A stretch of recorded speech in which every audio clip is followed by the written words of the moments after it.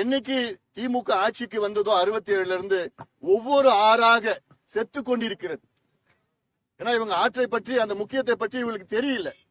இவங்க ஆட்சிக்கு வந்த உடனே கூவமாறு, சென்னை கூவமாறு சாக்கடையா மாறிடுச்சு, அடையாறு சாக்கடையா மாறிடுச்சு, கொசத்தலையாறு சாக்கடையா மாறிடுச்சு, தாமிரபரணி சாக்கடையா மாறிடுச்சு, வைகை ஆறு சாக்கடையா மாறிடுச்சு, நொய்யலாறு சாக்கடையா மாறிடுச்சு.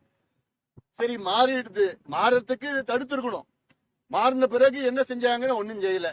இதே முதலமைச்சர் ஸ்டாலின் அவர்கள் கடந்த சட்டமன்ற தேர்தலுக்கு முன்பு 103வது வாக்குறுதி, நாங்கள் ஆட்சிக்கு வந்து நொய்யல் ஆற்றையும் பவானி ஆற்றையும் அமராவதி ஆற்றையும் மறுசீரமைப்பு செய்து அதை சுத்தப்படுத்துவோம், தூய்மைப்படுத்துவோம், மீட்டெடுப்போம் என்று ஒரு பொய்யான வாக்குறுதி கொடுத்தாங்க.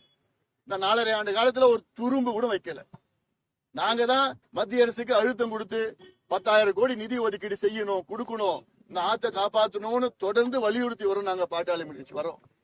ஆனா பெயரளவு கூட திமுக அரசு எதுவுமே செய்யல.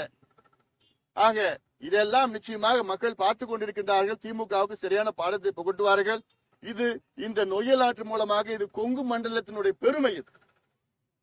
இந்த பகுதியில் கிட்டத்தட்ட 2 லட்சம் ஏக்கர் விவசாயம் இதை நம்பி இருக்கிறது.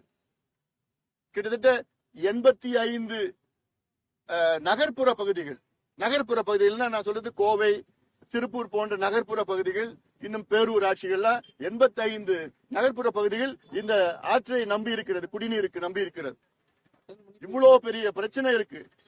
ஆனா எதையும் கண்டுக்காம இது பொதுமக்களுக்கு மிகப்பெரிய பிரச்சனையா இருக்குது. இல்ல இப்ப பார்த்தா அதாவது கழிவு அப்படியே சாக்கடை அப்படியே கலக்குது, நொய்யல்ல கலக்கு, நீங்களும் பார்த்திருப்பீங்க. அது திடக்கழிவு, மனித கழிவு அப்படியே கலக்குது. அதுல சுத்திகரிப்பு கூட கிடையாது. ஆனா இது திருப்பூர் மாநகராட்சி. என்ன மாநகராட்சி, என்ன நீங்க பண்றீங்க? அப்போ ஒரு மாநகராட்சி இப்படிதான் நடக்கணுமா, நடந்துக்கணுமா? திட்டங்கள் உங்களுக்கு வேற எதுவும் இல்லையா? அதனால இதை கடுமையாக நாங்கள் கண்டிக்கின்றோம். தொடர்ந்து இதை பத்தி நான் விட்டு போறதில்லை, தொடர்ந்து நாங்க பண்ணிட்டு இருப்போம். ஏன்னா நான் குறிப்பாக எல்லா ஆத்துக்கும் நான் போயிட்டு வந்துட்டேன். நான் சமீபத்துல கடந்த ஒரு 20 நாட்களுக்கு முன்பு கூட தாமிரபரணியில போய் நாங்க பார்த்து அங்கே ஒரு விழிப்புணர்வு பிரச்சாரத்தை நாங்க மேற்கொண்டோம். இதேதான் தாமிரபரணியில இதே போன்ற ரசாயன கழிவு, திடக்கழிவு எல்லாம் கலந்துட்டு இருக்குதா இல்ல.